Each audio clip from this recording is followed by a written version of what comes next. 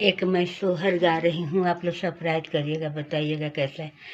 आवा आवा सासू जी मचियावा चढ़ी बैठ, पलंगिया चढ़ी बैठी, बतावा सासू ए दबावा सासू, हमरी पतरी कमरिया दबाव सासू, हमरी पतरी कमरिया दबाव सासू।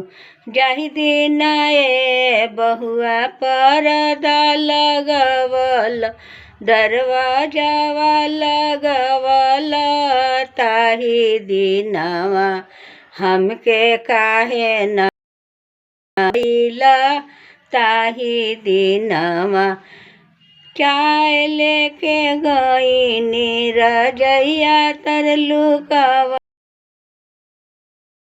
पकड़ले ना जानली सासू एहू सब मरमिया, ना जानली सासू एहू सब मरमिया, ना जानली। आवा आवा सासू जी पलंगवा चढ़ी बैठ, मटियवा चढ़ी बैठ, दबाव सासू, हमरी पतरी कमरिया दबाव सासू, हमरी पतरी कमरी।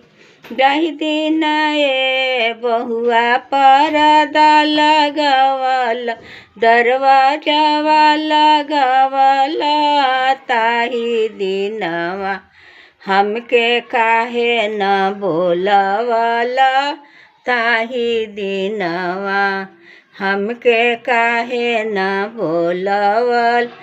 चाय लेके गईनी हाथवा पकड़ल, रजैया तर लुकवले ना जानली सासू एहू सब मरमिया, ना जानली सा